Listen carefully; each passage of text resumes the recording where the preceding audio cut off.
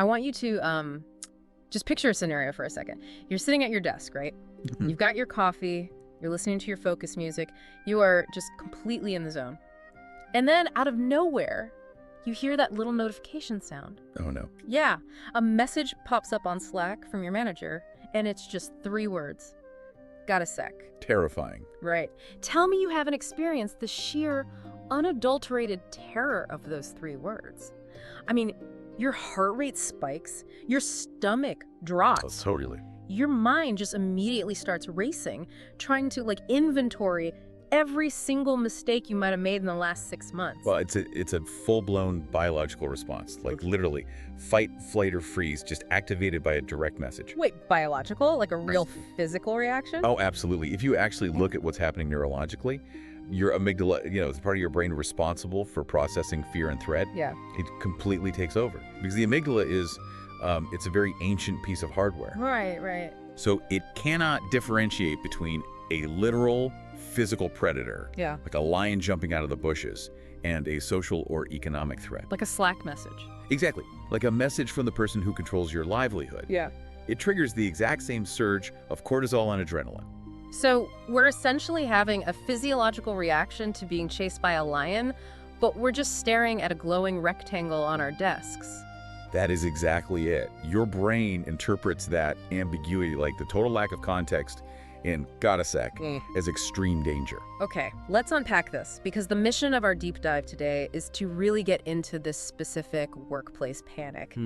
But more importantly, we want to give you, the listener, a literal communication cheat code to fundamentally change your relationship with your boss. Yes, which is so needed. Because there's this hilarious contradiction at play here. You listening to this right now are almost certainly a highly capable adult, right? Right, you negotiate your rent, Exactly. Yep. You navigate complex social dynamics, you flawlessly roast your friends in a group chat. But the second your boss messages you, you turn into a glitching robot.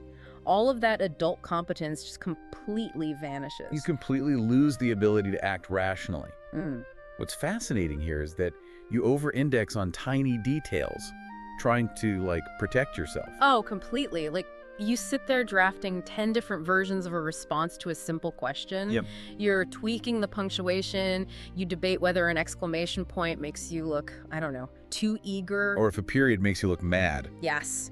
You agonize over the phrasing of, yes, absolutely, happy to help. It's literally like writing a love letter to a toxic ex. It really is. You just overthink every single syllable because you feel like one wrong move is going to end your career. Which is an incredibly common dynamic, but it's based on a psychological short circuit. Right. The goal of this deep dive today is to understand why that short circuit happens and how you can flip the script. Because you don't have to live like that. No, you really don't. You don't have to stay trapped as this nervous, reactionary employee. You can actually maneuver yourself into the position of a strategic partner. Okay, I love that. But to get there, we have to look at the root cause of the panic, which really comes down to how we perceive the people managing us. Right. Because we have a deeply, deeply flawed perception of who the boss actually is. Completely. Just think about how we physically behave around management. We walk into a boss's office sweating through our shirts. Sweating, yeah. Looking like we are about to be indicted for a federal crime. We are ready to apologize for things we didn't even do. Oh, the preemptive apologies. We project this incredible aura of omniscience onto them. Yeah, we treat them like all-knowing, terrifying deities. It's a deity in a swivel chair. A deity in a swivel chair, exactly. We assume they have perfect memories, a flawless understanding of every single project we were working on, and an unlimited capacity to judge us. Like they're just sitting there evaluating our worth all day. Right. But the cold, hard, slightly liberating truth is that your boss is not a mind-reading deity. No. Your boss is, in our likelihood, just a tired, stressed-out person who is desperately trying to survive their own endless string of meetings. Yeah, they're probably just exhausted. They are likely behind on their own deadlines, dealing with the pressure from their own manager, and just trying to figure out how to make it to Friday. Okay, hold on. Let me jump in here real quick, Yeah, because sure. I can hear the listener pushing back on this. Fair enough. Isn't it completely fair to be terrified? I mean, even if my boss is just a tired, stressed out human being, they do hold my survival in their hands. They do. They control my paycheck, my promotions, my health insurance.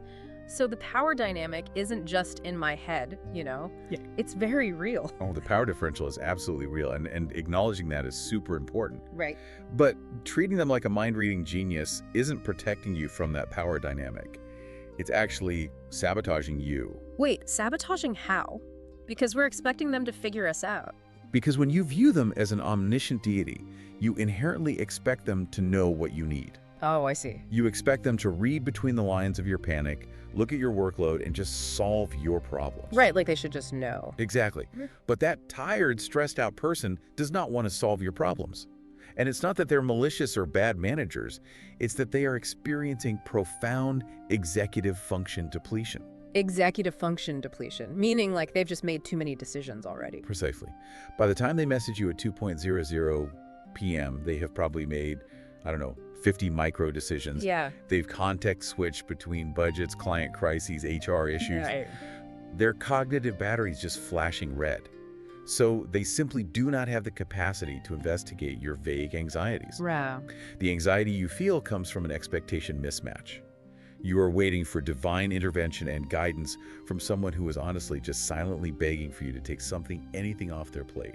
That is such a good point. If they are just exhausted humans running on fumes, then the way we usually communicate with them isn't just unhelpful, it's almost cruel. It really is. Which makes me rethink the whole concept of like the weekly update meeting, because our panic-driven communication style actively worsens their exhaustion, doesn't it? Oh, the update meeting is the perfect battleground for this mismatch.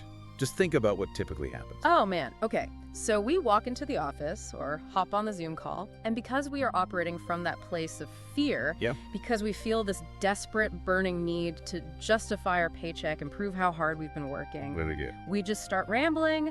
We deliver a monologue. We list every single tiny technical detail of our week. Oh, yeah. Like, oh, here's the 20 email thread I had with the marketing department. And then there was this minor roadblock with the vendor. And let me tell you about the exact spreadsheet cells I updated on Tuesday. And we do that because we confuse effort with value. Yes.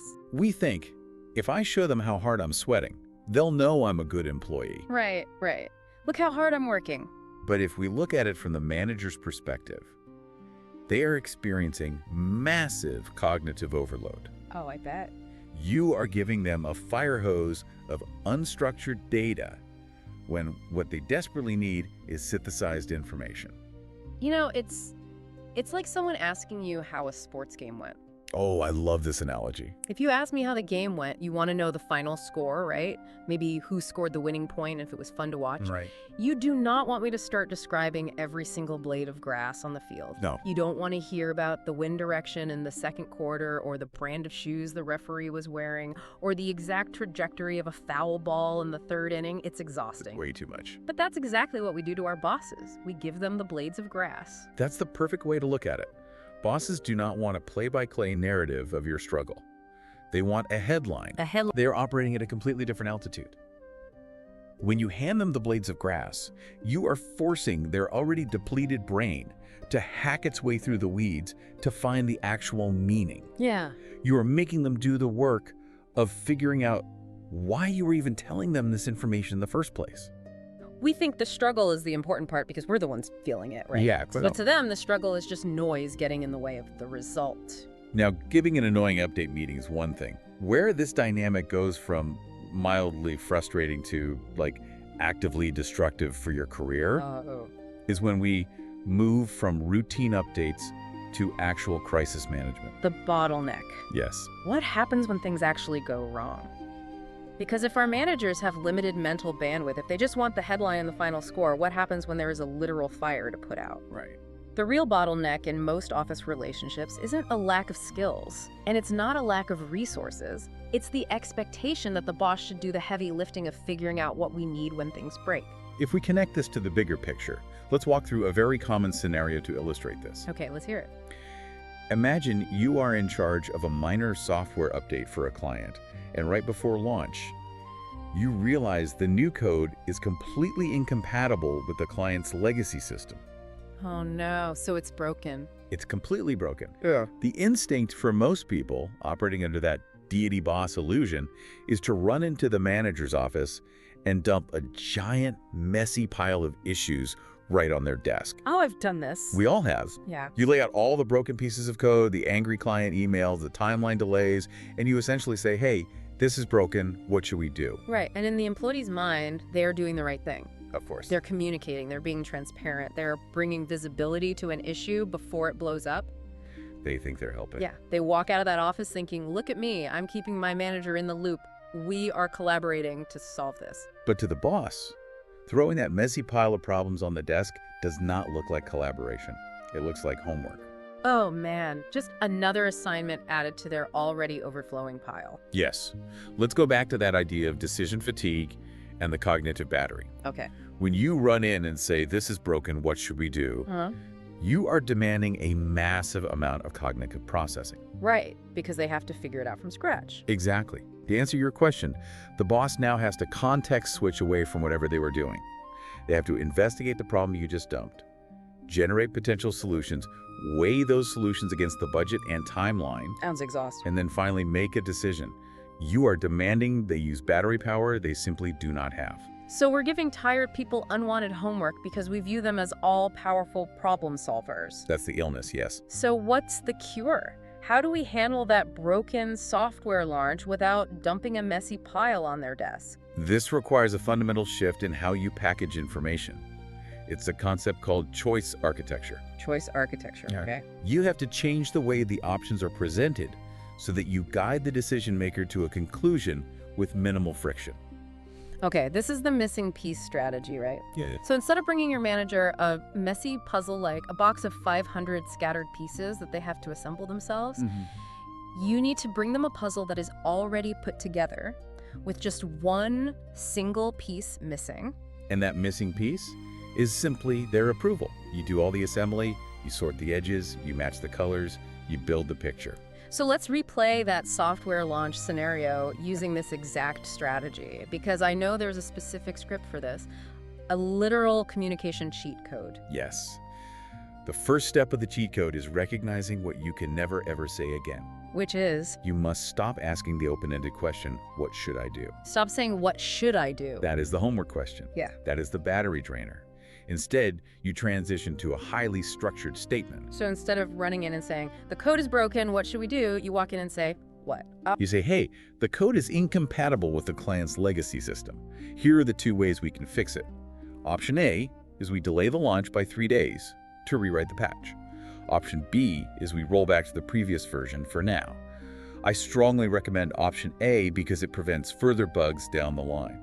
Do you agree? Wow, do you agree? Do you agree? That is the missing puzzle piece. Okay, I have to play devil's advocate here for a second, though. Go for it. If I am the one doing the investigation, generating the solutions, weighing the pros and cons, and making the final recommendation, aren't I just doing my boss's job for them? That is the pushback everyone has. Like, why am I doing their work? It's a fair question, but it completely misses the strategic advantage you are gaining. Advantage? Yes, you are doing the heavy lifting, but in exchange, you are gaining total control over the outcome. Oh. By using this specific script, you aren't asking them to explore the problem or generate solutions. You aren't even asking them to think. You're only asking them to choose. You are asking them to choose rather than think. Exactly. It's the difference between writing a 5-page essay from scratch and taking a multiple choice test where the teacher has already, circled the right answer for you in red ink. Right. When you offer a curated recommendation and simply ask, do you agree? The only cognitive effort required from your boss is a simple yes or no. You have preserved their battery power entirely. Here's where it gets really interesting, though. It's not just about saving their battery. The psychological layer to this is it's fascinating. It really is. Because by doing the work and controlling the options, you are practicing choice architecture. You dictate the reality of the situation. Yes. And bosses don't just appreciate this, they actually love it. And it brings to mind the absolute best analogy for this dynamic. Oh, I know where you're going with this. Yeah, bosses love choosing because it makes them feel powerful and efficient with zero actual effort. It's exactly like giving a toddler 2 options for dinner so they feel in control. The toddler analogy. It is remarkably accurate when it comes to human psychology and agency. Right. If you ask a toddler, what do you want for dinner? They will melt down or ask for ice cream because the question is too broad. It induces stress. Exactly, it induces stress. But if you hold up the red bowl with peas and the blue bowl with carrots, and you ask, do you want the red bowl or the blue bowl? The toddler proudly points to the blue bowl. They feel like a king. They feel absolute autonomy. They are completely oblivious to the fact that you, the adult, controlled the menu the entire time. You curated the reality. We curated it. Except, in our workplace scenario, the toddler is wearing a designer blazer and has the authority to approve your vacation days. That's hilarious, but so true. Yeah. Because human beings crave agency, especially those in leadership positions. They want to feel decisive. Right. When you ask, what should I do? You highlight a problem without a clear path forward, which spikes their anxiety. Yeah, you trigger that amygdala again. But when you say, here are two options, I recommend A, do you agree? You are handing them a silver platter of agency. They get the psychological reward of making a swift executive decision, but they didn't have to expend the energy to build the options. Wow. They get to feel like the bold, decisive leader, and you get exactly what you want to keep your project moving forward. It's literally a win-win disguised as a simple question.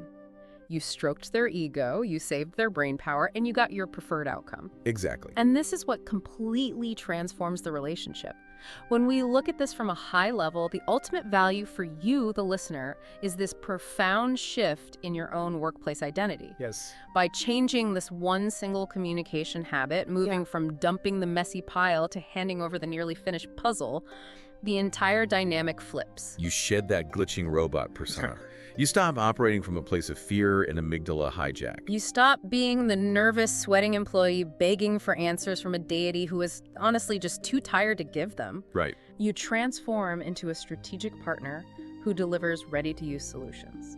You stop asking for permission to just do your job, and you start offering curated, intelligent options for them to simply rubber stamp your genius. I love that phrase. Rubber stamp your genius. Right. You make their life easier, which is the only thing that tired, stressed-out manager actually wanted from you in the first place. It really is the ultimate strategy for managing up. Definitely.